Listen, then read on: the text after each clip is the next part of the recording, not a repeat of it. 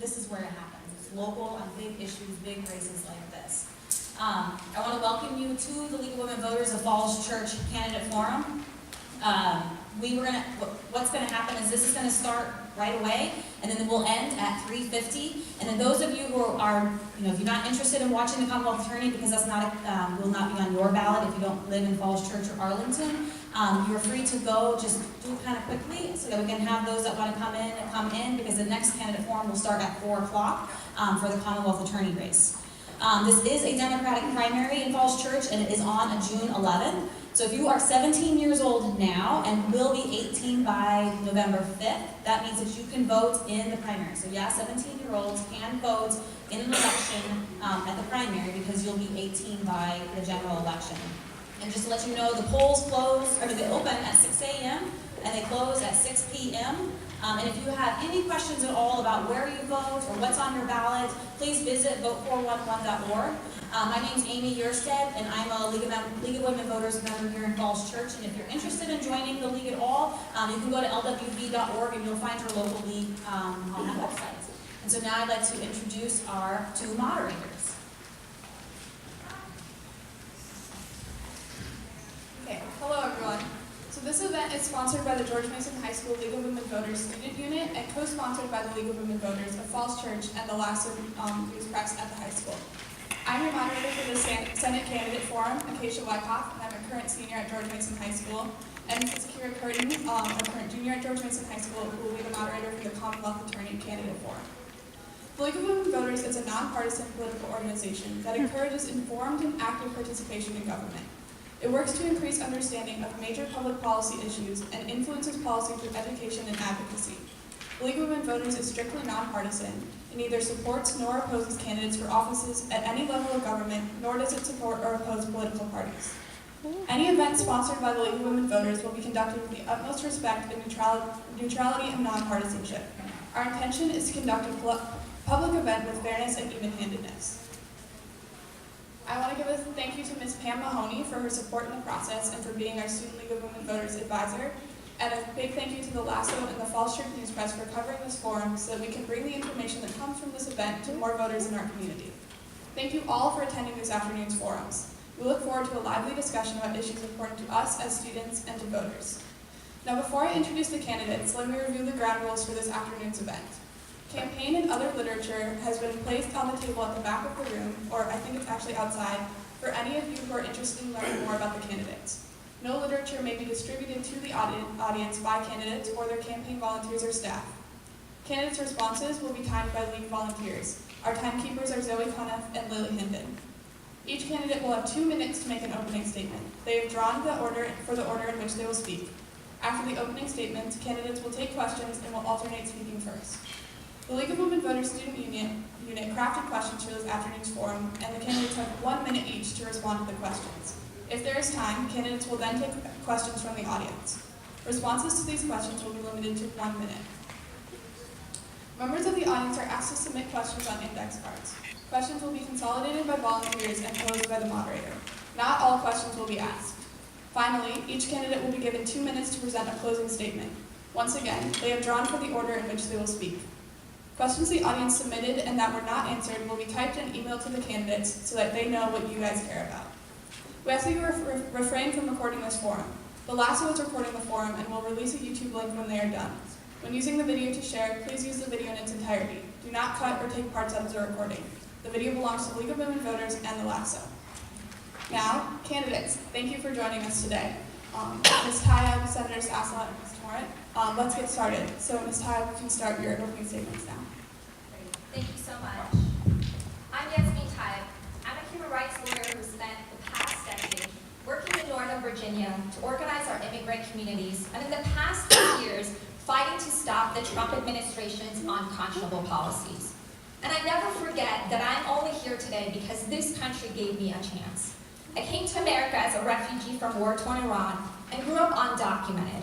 I wasn't turned away because of my religion or kept out of school because I didn't have the right papers. I became a human rights attorney because I wanted everyone to have these same opportunities I did.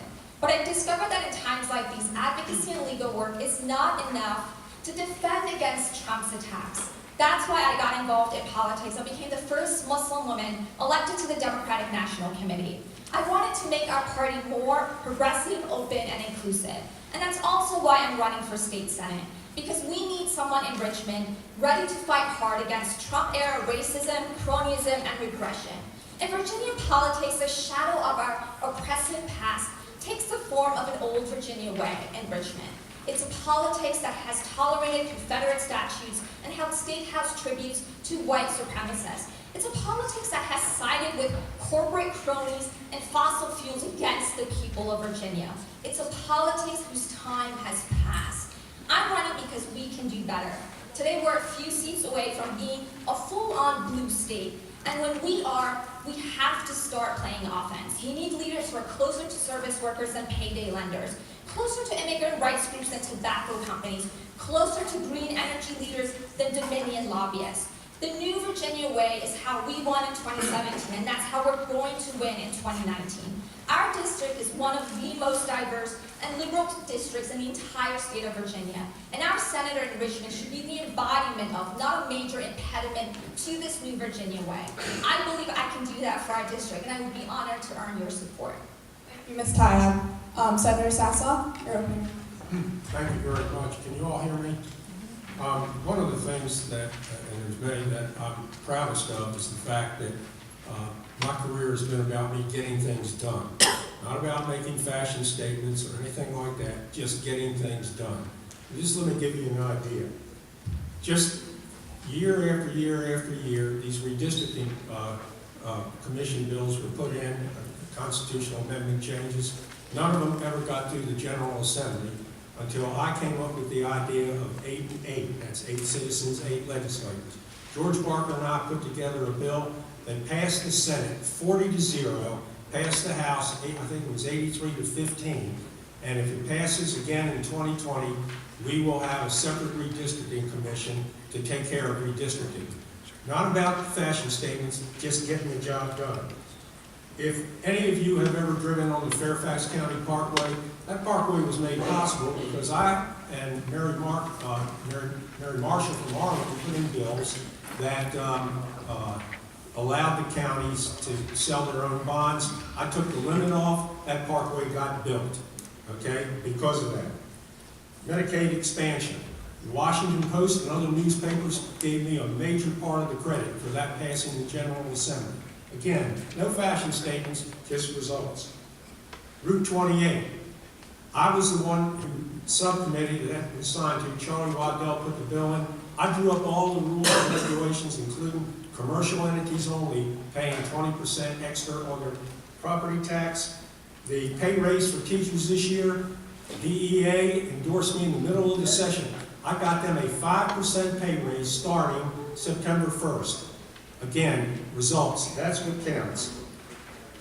And finally, let me just tell you this. I've opposed, talk about Trump, I was the one that opposed mostly and got the governor to veto sanctuary cities. So, if you're looking for somebody to oppose Trump, it's been me. Thank you, Senator Sassaw. Ms. Torrent, you're opening remarks. Thank you very much. And let me apologize in advance for my voice. I've been speaking to a lot of voters and I'm suffering from a cold.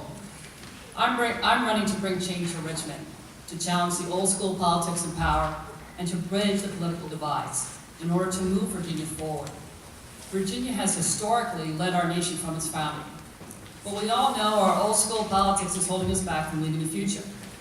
Unless we change how Richmond works, we will not be able to solve our transportation crisis, give us the clean energy that we want and need, fight climate change, and ensure that all Virginians have access to affordable housing. These are complicated issues, and we need new voices and visions to address them. I have that vision, and I have that voice. I bring both the passion for public service and the proven experience to move us forward. I have lived in the district for over 20 years.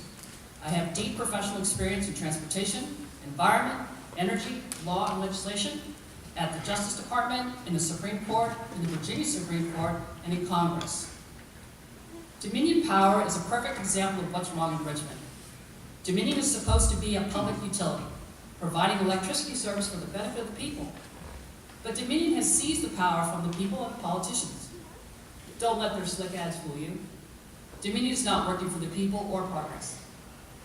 I will make sure they do, and I will never take a dime from Dominion. When I was arguing for you, the Dominion customers, before the Virginia court, one of the justices gave me a little lecture. He said, Ms. Torn, if you don't like the law, you have to change the legislature. He was right, and that's exactly why I'm running. No other candidate running in this race can bring more change to Richmond to challenge the old school powers. And most important, bring the experience to get things done. Thank you. Thank you, Ms. Torrent. So we're going to start with the first question now, and Ms. Tide will go first. In order to cure problems associated with gerrymandering, the Virginia legislature just passed a proposed state constitutional amendment that changes the process for redistricting. Without going into all the details of the proposed new redistricting process, the essential change is that district lines will be drawn by a bipartisan commission comprised of lawmakers and citizens. It is important to note that in order for this amendment to become law, it must be passed by the legislature again in the 2020 legislative session as currently written, and then win the votes of the voters in the general election. So our question is, if elected, will you commit to vote for the proposed amendment as written? Thank you for the question. Sure. So, I certainly will commit to vote for the proposed amendment as written, but this is not what I supported from the get-go. I supported the proposal put forth by One Virginia 2021, and the proposal that they had recommended legislators to support was specifically an independent commission that is made up of citizens, not legislators, because legislators should absolutely have no say in the redistricting process. The power should go to the voters in deciding who their legislators should be, and definitely not the other way around. The redistricting bill that passed was certainly an improvement, but it's in its current form, it's certainly not independent, and it's still a form of incumbent protection. Thank you, Ms. Tide. Senator Sassel? I want to thank Ms. Taft for supporting my constitutional amendment. Obviously, I'm not going to vote against my own constitutional amendment. Let me tell you this, the 2021 plan had no chance of getting through the General Assembly. Plans identical to that never got through the General Assembly. And perfect, don't let perfect be the enemy of good. The other thing about the state not being involved, and this is something everybody needs to pay attention to, the Arizona redistricting case went to the U.S. Supreme Court, and the argument was that private citizens groups have a right to redistrict. It was a 5-4 decision with Kennedy breaking the tie. Kennedy's not there now, Kavanaugh is, and a very strong dissent was written by Roberts. We may have been able to cure that because it goes back to the General Assembly if they do have a plan for an up or down vote, no amendments. So it's unclear as to whether a private citizen would withstand the test under the new court. Thank you, Senator Sassel. Ms. Torrent? So I would have to say this is a tricky issue, and one which I would have to listen to the constituents to see what it was that they wanted me to do. My concern with this bill is that in the end, if there is a problem, either side will definitely find a problem, and they'll hire an expert to cure that. It goes to the Virginia Supreme Court. And as was mentioned in the oral argument 2 weeks ago before the U.S. Supreme Court, the justices said that they had a problem with the fact that the judiciary was determining the outcome of our democracy. I too share that concern. So I think we're going to have to see what happens with the Supreme Court cases as they come down, which might help them to advise us further. Thank you. So we'll move on to the next question, and Senator Sassel will go first. Virginia is currently ranked 32nd in the nation for teacher pay, and 20,000 students go to trailers every day for their education. What steps, if any, would you take to improve teacher compensation and work environment? Okay. As you all know, teachers, as I said before in the opening statement, are getting a 5% pay raise. That was largely the doing of me. McAuliffe had submitted his budget for a pay raise of 2% starting December 1st of this year, 2019. I moved that to 3% July 1st. This year we moved it up to 5%. It starts September 1st, and as a result of starting it September the 1st instead of July 1st, it gave us an additional $15 million to put towards financial aid for these students that graduate from high schools here in Virginia. Nobody has pushed harder for pay raise and money for public schools than Dick Sasslaw, which is why every time I've run, I've been endorsed by the Virginia Education Association and the Fairfax Education Association. Thank you. Ms. Torrent? Yes, I want to commend Senator Sasslaw for his efforts to get raises for teachers. I'm wondering, though, how it can be that we could get even more salary and wages for teachers so that they can actually live in the community that they serve. When I walked around, I was talking to a lot of families and teachers, and they can't afford to live in this community. That got me thinking a little bit, and after doing some research, I discovered that we could come up with some alternative funding plans, such as we're now starting to do utility scale solar in the state. We could take the money from the tax revenue and actually put it into an education lockbox so that it could be withdrawn for educational purposes. These are some of the ideas that I have and would like to explore further. Ms. Taya? Great, well, thank you so much. So I think many of us would agree that education is the foundation of a healthy democracy. We need to support our teachers with wages that honor their work. And we also need to fund world-class schools and universal pre-K education if we want to be able to compete. We're currently in the bottom half of pupil expenditures. We're also in Virginia, we're ranked 20 in the nation in terms of high school graduation. This is unacceptable. If we're talking about the importance of raising salaries for our teachers and being able to adequately fund our schools and education, how about raising taxes on corporations and the ultra-rich so we can actually pay our teachers a decent salary and invest in our schools? Right now, corporations don't pay their share. Roughly 2/3 of corporations here in Virginia don't pay any income tax in Virginia. How about closing the corporate tax loopholes and updating the state income tax structure so average Virginians don't pay the same rate as millionaires? Thank you. So we'll move on to our third question, and Ms. Torrent will go first. There's been much discussion about how the arrival of Amazon will affect our area. What could you do at the state level to provide housing for young people, public employees like teachers and firefighters, and people who could get pushed out if the cost of housing spikes in this district? Sorry. There's been much discussion about how the arrival of Amazon will affect our area.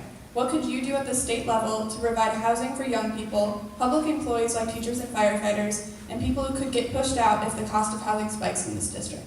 Ms. Torrent, we'll start. Thank you. That's a great question, and actually we have a housing crisis already without Amazon coming here.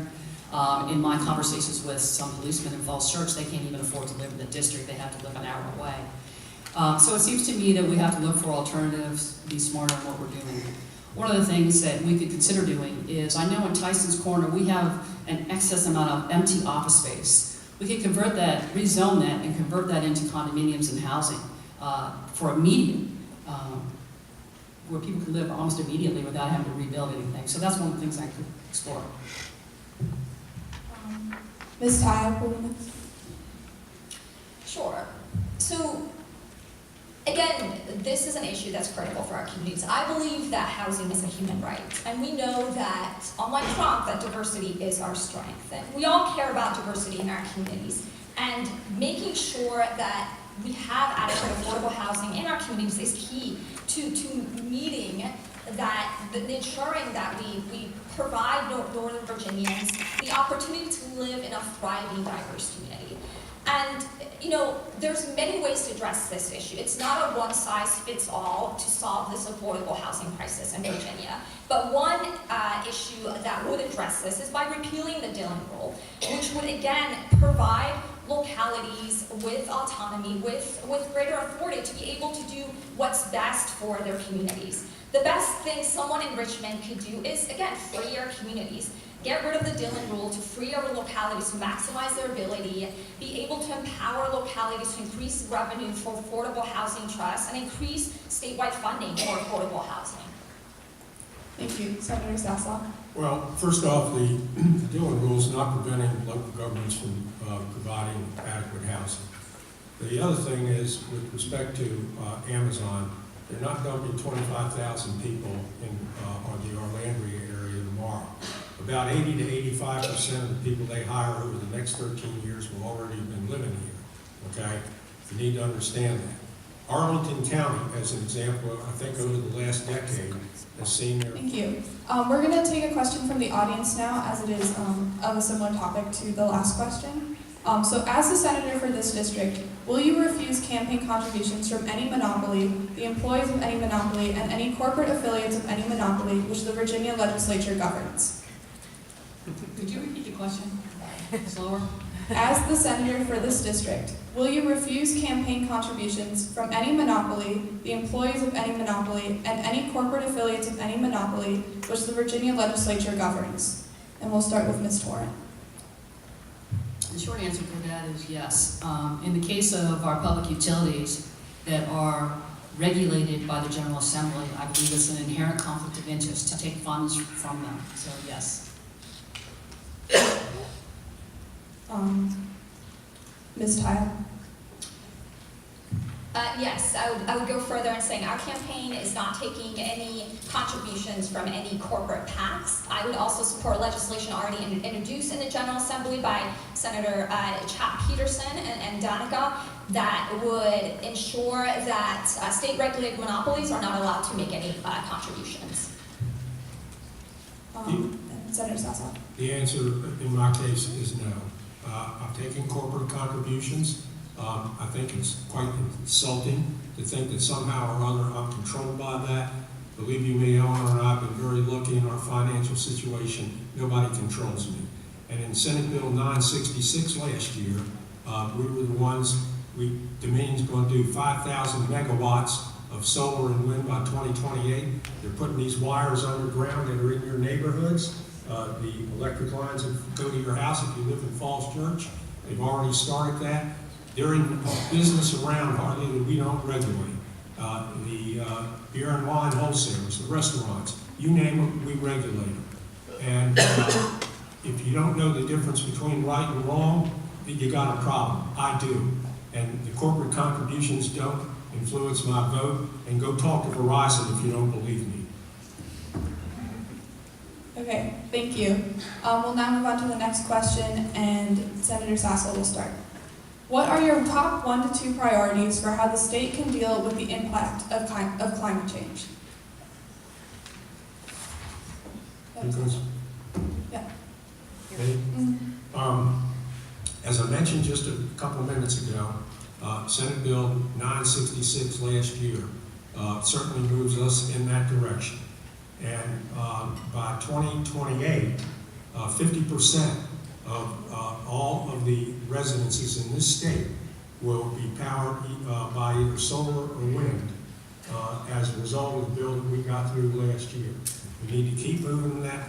Also in that bill, energy conservation, $860 million. And by the way, when you saw in the papers that Dominion wanted to have that subtracted from their energy conservation program, I got on the phone and I spoke to their higher-ups and told them don't even think it. They've withdrawn that. They're going to do the full $860 million. Thank you. Ms. Torrent? Yes, thank you for the question. This is a hard one to answer in 1 minute, but we need to deal with the 2 sectors that have the most emissions in Virginia. One is the power sector and one is the transportation sector.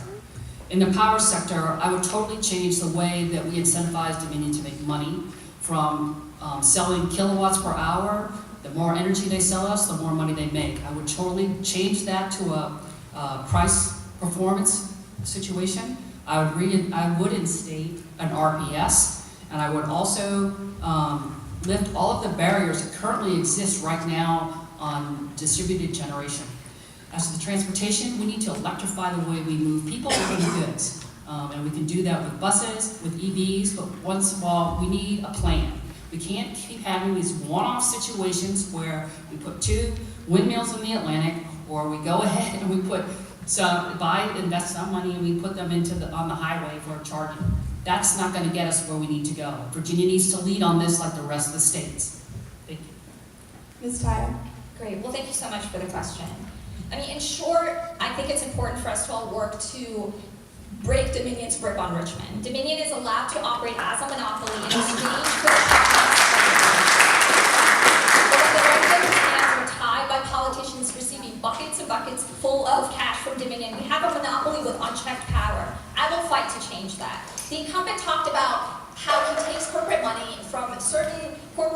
that it has absolutely no bearing on his vote. He's a top recipient of Dominion money. He supports the construction of the pipeline supported by Dominion. And the Dominion bill he spoke of, there's no mandate in it. And the 5,500 megawatts of solar energy that's promised in the public interest, where is that? We need a mandatory renewable portfolio standard and laws to facilitate solar power financing, ownership, and use. The future, the economy of the future is clean energy economy.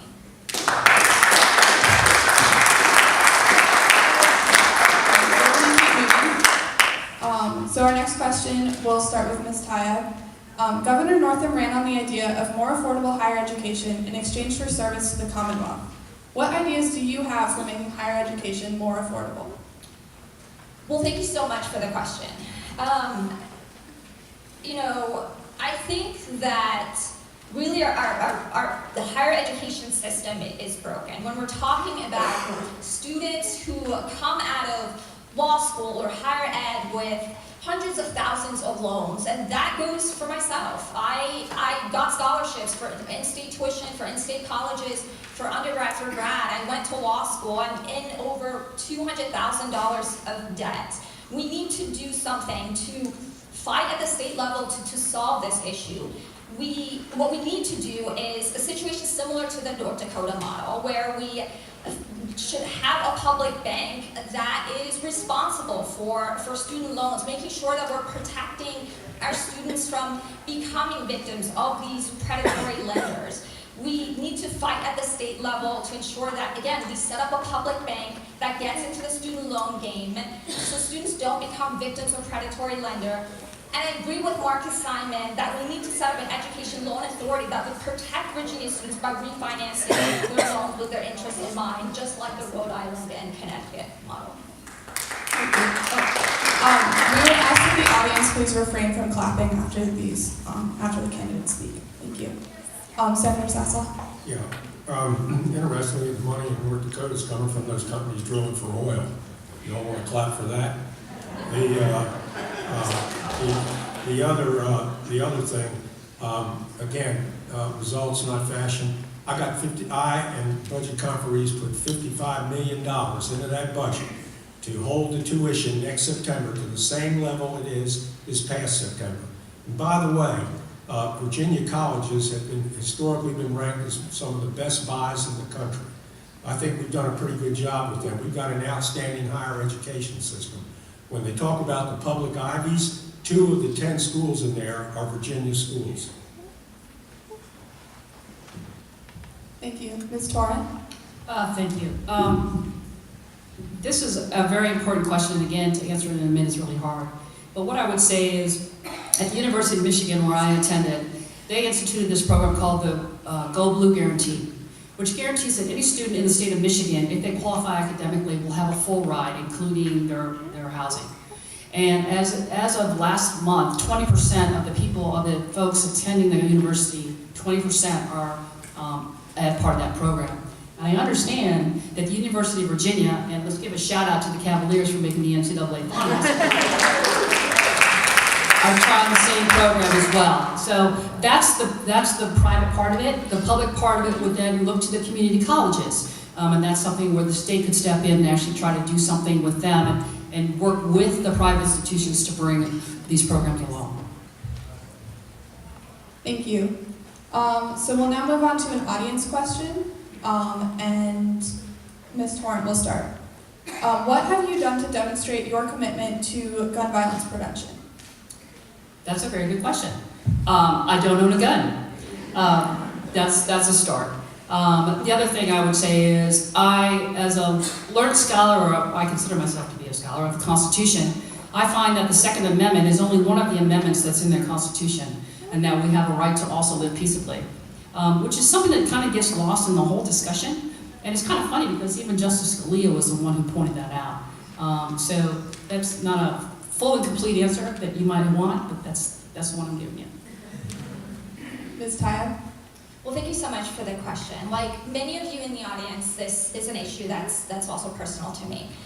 So I grew up in South Florida, so for my friends in the audience, they're well familiar that I attended and graduated from Stoneman Douglas High School, the site of the horrific massacre last year. I lost one of my former classmates, Coach Aaron Weiss, in that massacre. So what I've been doing at the DNC, at the national level, have worked with Tom Press to ensure that we make that priority in the party, have authored op-eds with him, written, spoken about it, and everywhere you can think of, ensuring that we're fighting to get weapons of war off of our streets, making sure that we strengthen laws, again, around taking guns away from domestic abusers. And one key thing that I would support is making sure that we support campaign finance reform in order to get the NRA's influence out of Richmond, making sure that we repeal the Dillon rules so localities like ours, the 35th District, which is one of the most progressive in the entire state of Virginia, that we're able to pass more progressive policies more in line with our community. Senator Sassoff. Yeah, by the way, year in and year out, I get an F grade from the National Rifle Association, and there's a reason for that. In this last session, I put in several bills. One to raise the buy-in age of a gun from 18 to 21. If you got to be 21 to drink, you ought to be 21 to buy a gun. I also put in universal background checks. I also had a bill, and if we get to the majority, all this is going to become a reality. I had a bill to do exactly what Ms. Tabb said, and that's to take guns away from domestic abusers. The other was I put in a bill, and they didn't want to bring it to a vote because they realized it probably would have passed, and that is to ban sale or possession of any mechanical device that can increase the rate of fire of any weapon. And we need to do all that, and quite frankly, if we're in the majority, I'm going to make sure that happens. Thank you. Again, please refrain from clapping after the candidates speak. So this will be our final question before closing statements. And this is an audience question that's slightly more specific about the climate change question that we talked about earlier. And Senator Sassel will start with this one. So what is legislation that you will promote / introduce to reduce greenhouse gases in Virginia? Senator Sassel. Start with me.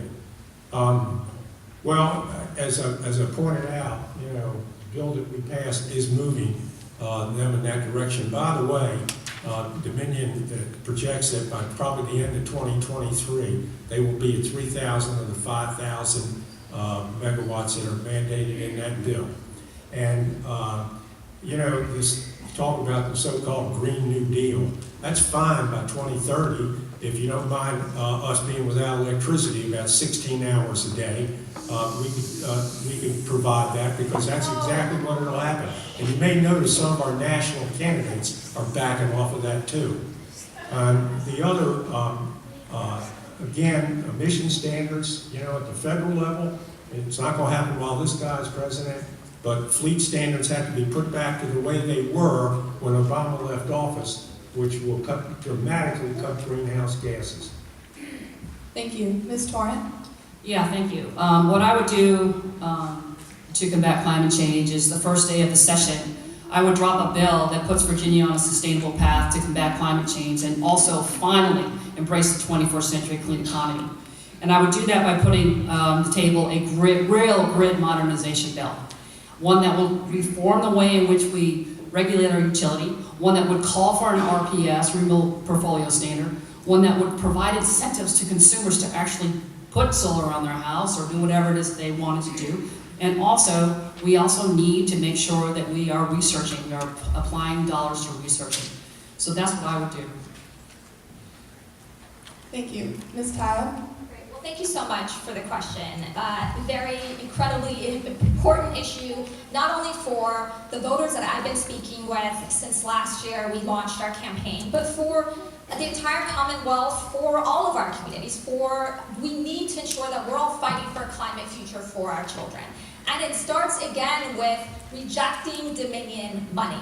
And I have joined the growing number of Democrats rejecting money from Dominion. I will ensure that I support efforts already being fought in the General Assembly by our allies to support legislation that would prohibit these state-regulated monopolies from being able to make political contributions. I will make sure that I support the Solar Freedom Bill, the Green New Deal legislation proposal introduced by our friend Sam Rasool, and make sure again that we oppose the construction of the destructive, unnecessary frac pipelines here in Virginia. Thank you. We will now move on to closing statements, starting with Ms. Taya. Great. Well, thank you so much. I want to thank all of you for being here today. Democrats can certainly do incredible things when we fight so that everyone has a seat at the table. I wouldn't be running for this seat if I trusted Senator Saslaw to fight passionately for all Virginians. Unfortunately, his record has broken our district's trust too many times. While racial justice groups have fought to end our state's death penalty, Saslaw brags about being one of the people who helped bring capital punishment back to Virginia. When students at George Mason University asked Saslaw about my primary campaign against him, he told them that someone with my background could not win because our district is 60% white. He's called the Sierra Club crazy. He took thousands for predatory lenders, while as one consumer leader put it, entrenching the grip of loan sharks who are feeding off of our working families. And when the news of Northam's yearbook photo came out earlier this year, Saslaw took a boys will be boys attitude, telling the Washington Post, I would hate to go back and examine my 2 years in the Army. This is the first time since 1979 that Dick Saslaw has faced a primary challenger. And because of that, he's become misaligned with our district. I think our district, the most progressive in the Commonwealth, deserves a state senator who fights for a new Virginia way. Economic policies friendly to working families, a green energy future, campaign finance laws that restrict dominion cronyism, a serious legislative response to gun violence, an unwavering backbone in defense of our public schools, and a spirit of raising leaders who are as diverse as our Commonwealth. I believe I have the experience, the background, and tenacity to be that senator. I would be honored to earn your vote, and I look forward to continuing to fight with you to build the progressive, inclusive Virginia that we know we can all become. Again, we would ask that you refrain from clapping or doing anything else after the candidates speak. And we would like to remind the candidates to refrain from making personal attacks at the other candidates during their presentation. Okay, Senator Saslaw. Well, the good news is I didn't get blamed for the bombing of Pearl Harbor and the California wildfires. That's about all. Let me just tell you this. I'm so out of line with my district that I've averaged over 70% vote since I've been in the Senate, okay? That's how out of line I am with my district. And I'm so out of line with my district that every time I've run, I've been endorsed by NARAL, Planned Parenthood, Virginia Education Association, Gun Sense people, every single one. That's how out of line I am with my district. And by the way, with respect to these contributions from Dominion, I might remind everybody in here that 80% of that money has gone to support candidates who probably most of you would be clapping for, including the ones who've taken the No Dominion pledge. And all of them knowing that I also have gotten money from Dominion. They sure haven't turned that down. So I've got a lot that I want to do. When the Republicans have been in charge of both the House and the Senate, and they've had a Republican governor, they've loaded up our books, our code, with every measure that could prevent a woman from accessing the abortion process if she needed it. I intend to wipe every single one of those laws off the books. And I'll tell you something else. People ask me what my philosophy is. I'll tell you what it is. Who gets that abortion is no damn business other than that woman's, period. And we've got to make sure that that's in the Code of Virginia. The other thing is, in the event, hopefully it won't happen, that the Supreme Court strikes down ACA, we need to put something on the books to make sure that the people in here have adequate health care. And who do you think is more likely to get that through? Somebody who the Washington Post has referred to as the most consequential legislator from Northern Virginia, or a first-term freshman? Let's not kid ourselves. The reason I'm the Democratic leader is because I'm effective and I get things done. That's more important than anything else. You can make fashion statements, but that doesn't get the job done. Oh, thank you. Other than to say thank you to the students, thank you to the league, and I want to thank all my friends, family, and most of all the people from the district that have come out and supported my candidacy. I look forward to your continued support, and if I am so honored enough to ask for your vote on June 11th, that would be an honor. Thank you. Thank you all. Thank you. On behalf of the Student League of Women Voters, the League of Women Voters of Falls Church, and the LASSO, I would like to thank all of the candidates today for their participation, and I would like to thank the audience for attending the day's forums. I would also like to remind everyone to vote on June 11th in the Democratic primary, and also visit vote411.org for voter information. Thank you. Those that didn't come here for the first forum, this is gonna sound new for you, but for those that did come earlier, this is gonna sound old, and I apologize, but it's never bad to listen to the rules twice. So thank you so much for coming. My name is Amy Yerstead. I'm with the League of Women Voters of Falls Church. If you'd like to learn more about the League of Women Voters, which is a nonpartisan civic organization, we would love to have you. Just go to www.lwv.org and you'll find the local league. For the Falls Church League, we're lwvfallschurch.org. Thank you so much for coming today. This is going to be for the Commonwealth Attorney, which covers Arlington and Falls Church.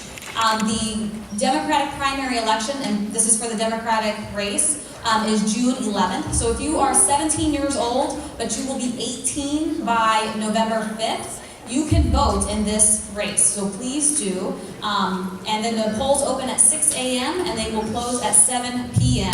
And again, the general election is November 5th, and the primary election is June 11th. I want to thank the candidates for coming, and thank you to the audience. And we have our two moderators, and I'll let them take it from here. Oh, actually, one more thing. I want to make sure we really are clear that no audience reactions. So if you will please be quiet, no applause, no hissing, no nothing. That would be fantastic.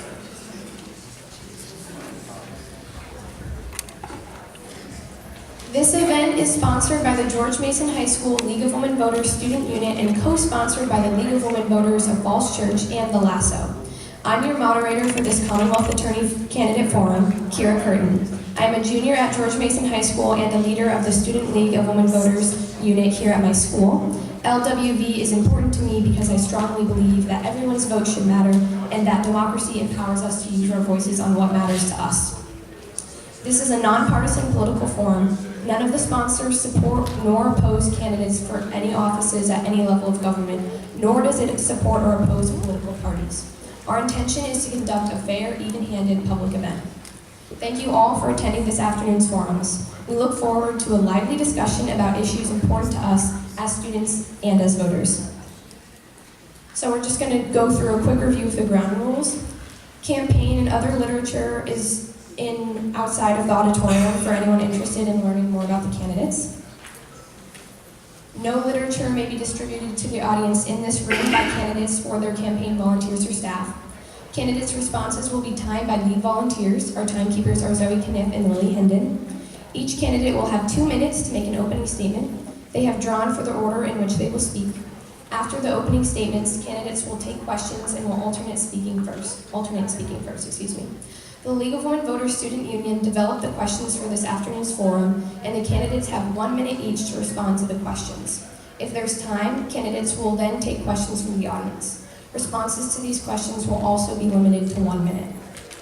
Members of the audience are asked to submit questions on index cards. Questions will be consolidated by volunteers and posed by the moderator. Not all questions will be asked. Finally, each candidate will be given 2 minutes to present a closing statement. Once again, they have drawn for the order in which they will speak. Questions the audience submitted that were not answered will be typed and emailed to the candidates so they know what you all care about.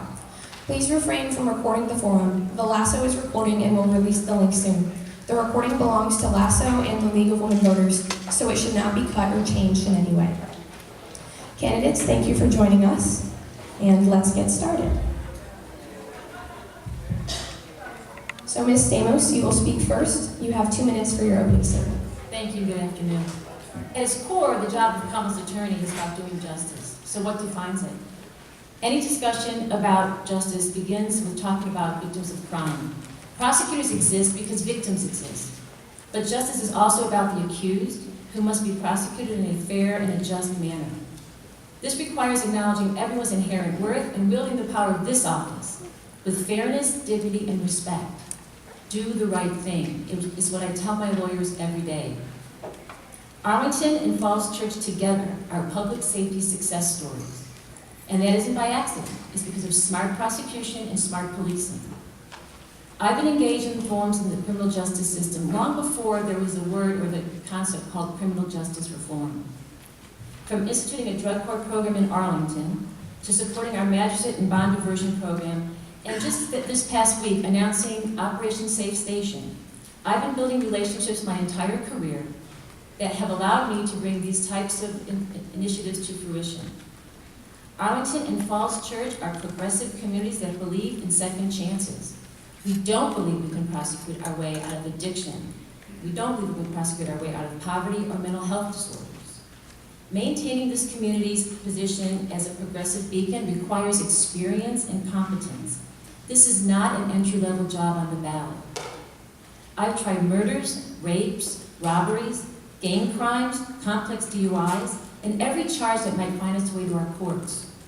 I have earned the respect and the support of countless members of the bar who know my work and they know my values.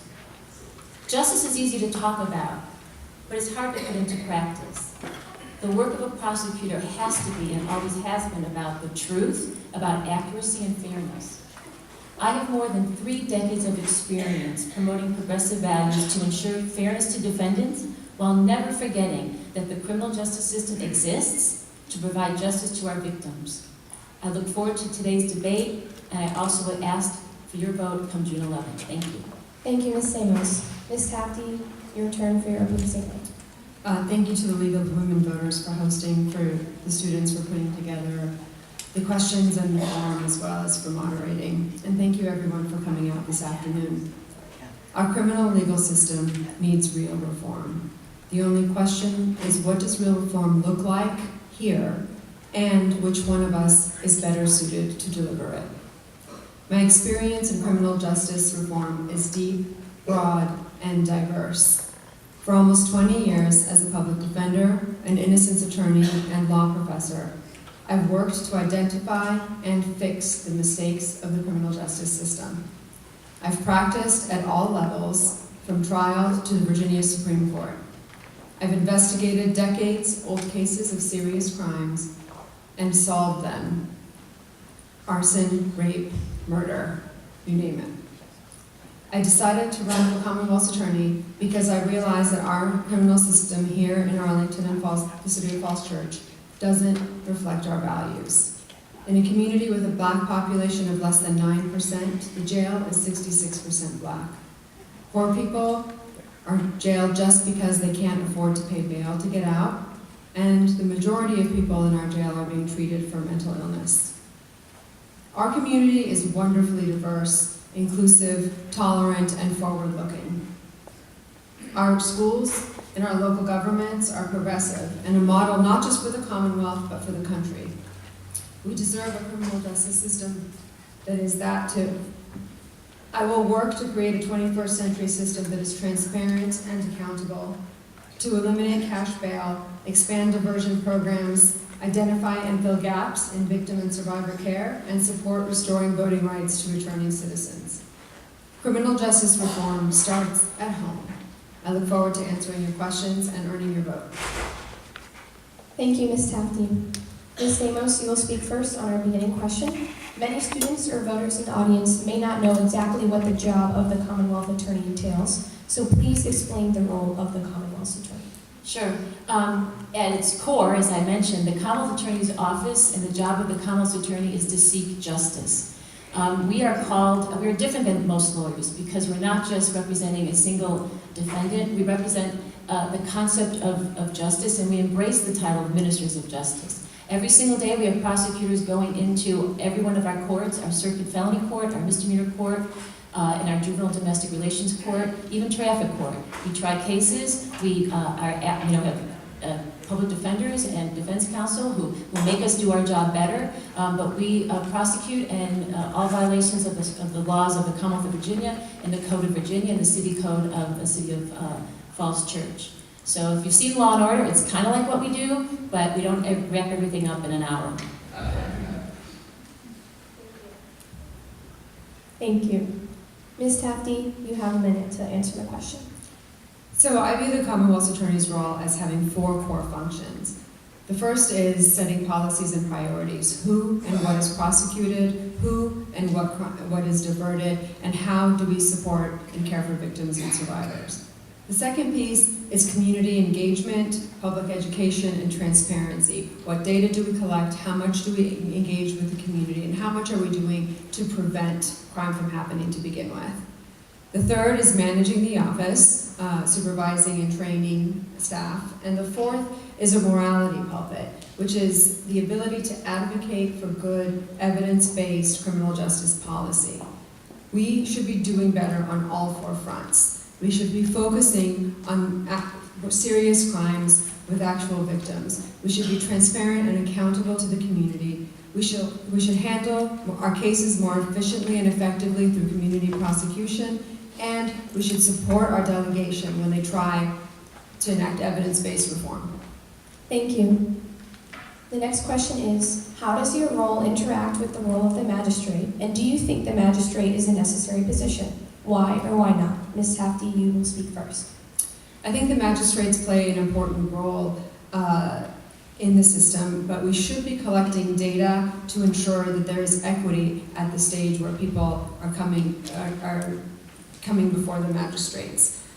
The Commonwealth's Attorney's Office also needs to make sure to exercise review of the bond conditions and review of the charges as soon as possible after the magistrate issues these. And the Commonwealth's Attorney's Office should critically review the charges rather than abdicating responsibility and saying, well, these are the magistrate's charges. And finally, magistrates need to be trained on evidence-based policies so that when we talk about cash bail reform, not only is there a stopgap with the Commonwealth's Attorney's Office to change conditions of release if need be, but that the magistrates themselves are educated on what the data is and what the policy is. Thank you. Ms. Stamos? So that question is a really great question because it's an inside baseball question. The fact is, in Virginia, because of the magistrate system, it really diminishes the ability of a local prosecutor to control the charging decision. Because as most people may or may not know, about 90% of our charges emanate from this independent judicial officer who's called the magistrate.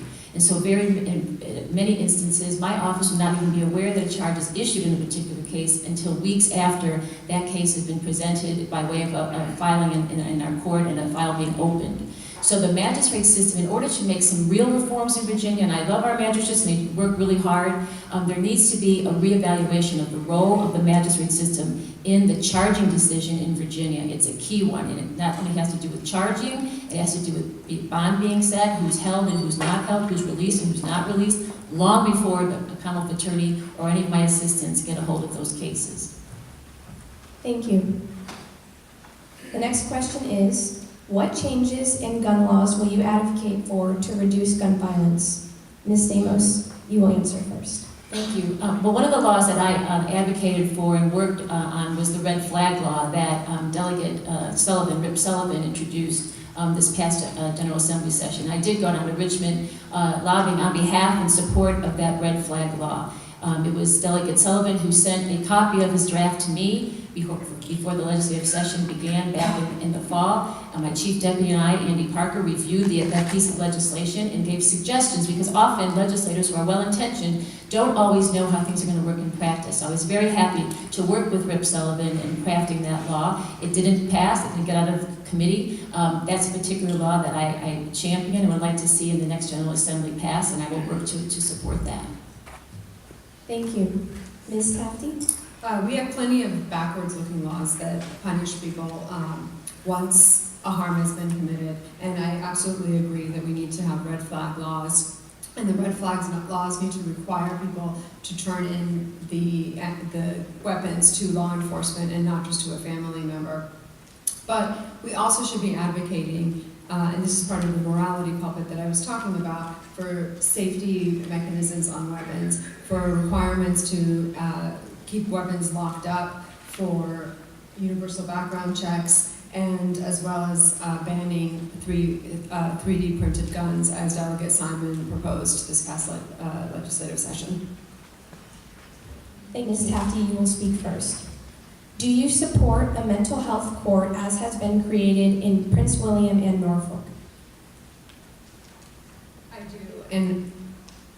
do, and I think that two things need to happen with a mental health court and mental health diversion. The first is that we need to be able to empower the police to divert people into hospitals and community treatment before they ever get in front of the magistrate and before there's ever a charge. But once there is a charge, we need to have a team in force, as Prince William does, to ensure that people get processed within hours and not days out of the jail and into community mental health care.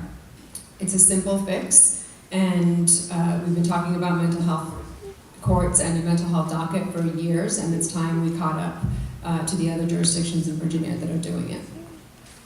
So the intersection of This thing on? The intersection of mental illness and offending is a big component of the criminal justice system, quite unhappily, not just in Virginia and Falls, in Arlington and Falls Church, but throughout the country.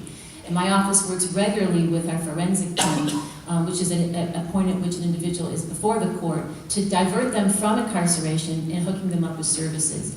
Unfortunately, that particular position is only 1.5 full-time employees, so we need more resources to address this really serious issue.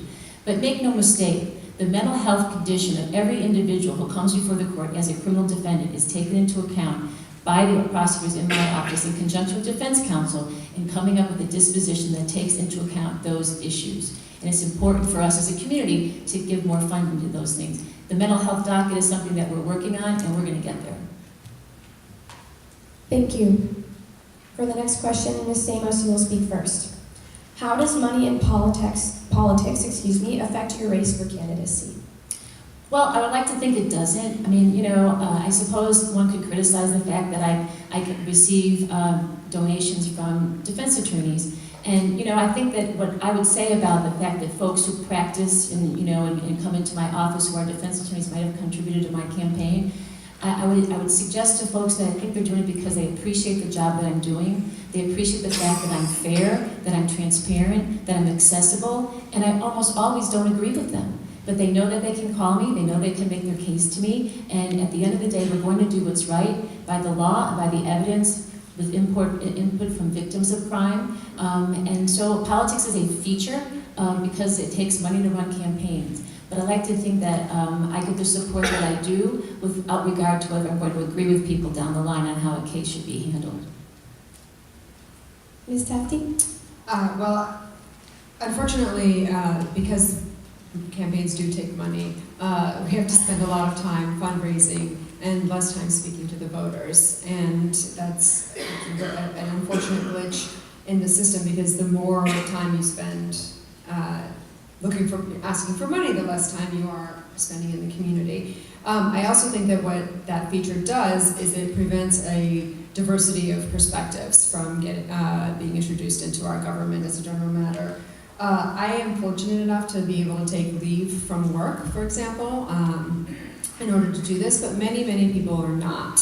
And what the result of that is that we are not getting a diversity of experience, we're not getting a diversity of economic background, and we're not getting a diversity of perspectives in our government. And so there needs to be a solution that accounts both for the power of incumbency and also for the sort of lack of ease of getting into the system. Thank you.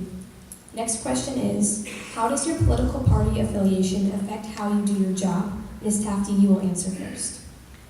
Well, I'm committed to the Democratic platform, which recognizes that mass incarceration exists, that the school to prison pipeline exists, and that is committed to evidence-based policies to fix these problems.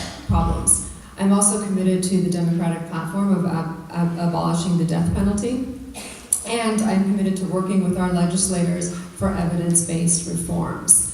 Finally, I would also like to point out, though, that acknowledging that mass incarceration exists and acknowledging that the school to prison pipeline exists and that we need to come up with real solutions to our criminal justice problems is a bipartisan issue. And, folks from Ken Cuccinelli to Tom Perriello all have acknowledged the existence of mass incarceration and pretty much agree on the reforms that we need to make in order to solve these problems. Thank you, Ms. Tacti. Ms. Stamos, you may now speak. So I've been a Democrat my entire life, from when I was holding up signs for Hubert Humphrey at the corner of 93rd and Kingston on the south side of Chicago back in the late 60s, to coming to D.C. to work for Senator Alan Dixon from Illinois, who was one of 2 Democratic senators who came into office with the Reagan Revolution. He and Chris Dodd were 2 Democrats. And Democratic values, I think, are human values. And it's with human values and human appreciation for the dignity of every individual who comes before the court, who is a victim of a crime, who is accused of a crime, to be treated with dignity, fairness, and respect. So I think that being a Democrat just means being a good person, being a decent person, and appreciating the worth of every individual who comes before the criminal justice system. Thank you. The next question is, in what situations do you think restorative justice is appropriate? Ms. Stamos, you will respond first. Well, I think restorative justice is something that certainly I've been engaged in and people in my office have been engaged in even before we knew it was called restorative justice. I mean, every single time there's a case involving an assault and battery where some person, it gets into a fight and smacks a person across the face or does something, more hurtful to a person. When our victim says, what I really want, I don't want that person necessarily to go to jail. What I really want is for them to apologize and to understand the impact of what that action did to me. So for many years, we've been doing exactly that with victims of crime who have had opportunity to make known to the offender, what will make them whole, in addition to holding them accountable. So these are the kinds of things that we've been involved in the criminal justice system for a very long time, and it's a very, salutary thing for the system to take hold of. And certainly it can be used in a more, deliberate way going forward. But make no mistake, we've been doing this kind of work just because it was the right thing to do, and instinctively we knew that we needed to do it. Thank you. Ms. Tafti. So the point of restorative justice is to repair the harms that have been caused by wrongdoing. And it is victim and survivor centered, and it also focuses on accountability on the part of the wrongdoer. Now, restorative justice is a formal process that requires a trained facilitator. It also, while it is a non-punitive solution to harms, it does not let the wrongdoer get off with an apology, and it doesn't let them get away with anything. The wrongdoer has to do the incredibly hard labor of repairing the harm to the victim and survivor, and also the incredibly hard labor of transforming themselves into a person who will not repeat that harm.